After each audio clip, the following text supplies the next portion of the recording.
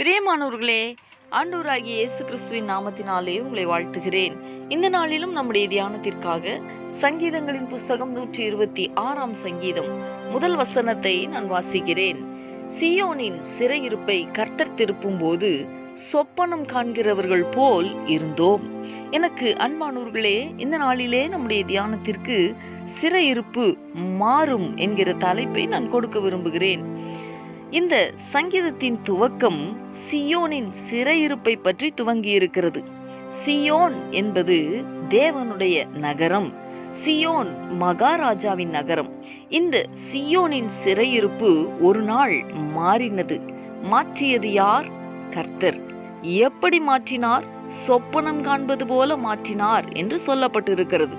அன்பானவர்களே, தேவனாகிய கர்த்தர் சிறையிருப்பின் சூழ்நிலைகளை மாற்றுகிறதற்கு அவர் வல்லமையுடையவராயிருக்கிறார். சிறையிருப்பின் அனுபவம் நிரந்தரமானது அல்ல. நிச்சயமாகவே சிறையிருப்பை போன்று காணப்படுகிற நெருக்கடியான சூழ்நிலைகள் மாறும். சிறையிருப்பின் அனுபவம் சொப்பனம் காண்கிறது போல மாறி போகும் என்று கர்த்தர் இந்த நாளிலே உங்களுக்கு வாக்கு பண்ணுகிறார். கர்த்தர் இதை செய்ய வல்லவர். ஆம், எப்படிப்பட்ட சிறையிருப்பானாலும் தேவனால் மாற்ற முடியும். வேதத்திலே நம்முடைய முற்பிதாக்களின் சிறையிருப்பின் அனுபவத்தை மாற்றினவர். இஸ்ரவேல் ஜனங்களை எகிப்திலிருந்து விடுவித்தவர். யோசேப்பை விடுவித்தவர். பவுலை சீலாவை விடுவித்தவர். பேதுருவை விடுவித்தவர். நம்மை நம்முடைய சிறையிருப்பின் சூழ்நிலையிலே மறப்பாரோ? இல்லை, அவர் மறக்க மாட்டார். நிச்சயமாய் நம் ஒவ்வொருவருடைய சிறையிருப்பின் சூழ்நிலைகளையும் சொப்பனம் காண்கிறது போல அவர் மாற்றுகிறதற்கு வல்லமையுடையவராயிருக்கிறார். இந்த கர்த்தருடைய வார்த்தைகளை விசுவாசித்து நாம் ஜெபிக்கலாமா? எங்களை நேசிக்கிற எங்கள் அன்பின் பரலோக தகப்பனே, ஆசீர்வாதமான இந்த நாளுக்காக உமக்கு நாங்கள் நன்றி செலுத்துகிறோம். இந்த நாளிலும் நீர் சிறையிருப்பை மாற்றுகிறவர் என்பதை நாங்கள் தியானித்தோமே.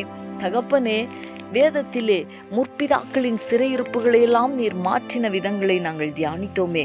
தம்முடைய பிள்ளைகளுடைய வாழ்க்கையிலே சிறையிருப்பின் அனுபவத்தை போன்று காணப்படுகிற எல்லா நெருக்கடியான சூழ்நிலைகளிலிருந்தும் தேவனாகிய கர்த்தர் இந்த நாளிலே தம்முடைய பிள்ளைகளை நீர் விடுவிப்பேன் என்று வாக்கு கொடுத்திருக்கிறதற்காய் உமக்கு நாங்கள் நன்றி செலுத்துகிறோம். நிச்சயமாகவே நீர் தம்முடைய வார்த்தையை நிறைவேற்றி தம்முடைய பிள்ளைகளை மகிழ்ச்சி அடைய செய்ய போகிறதற்காய் உமக்கு நான் நன்றி செலுத்துகிறேன். சிறையிருப்பின் அனுபவங்கள் முற்றிலுமாய் மாறுகிறதற்காய் உமக்கு நன்றி செலுத்துகிறேன். தொடர்ந்து உம்முடைய பிள்ளைகளுடைய வாழ்க்கையிலே நீர் மகிமைப்படுவீராக. இயேசு கிறிஸ்துவின் நாமத்தில் வேண்டிக் கொள்ளுகிறேன் நல்ல பிதாவே. ஆமேன், ஆமேன்.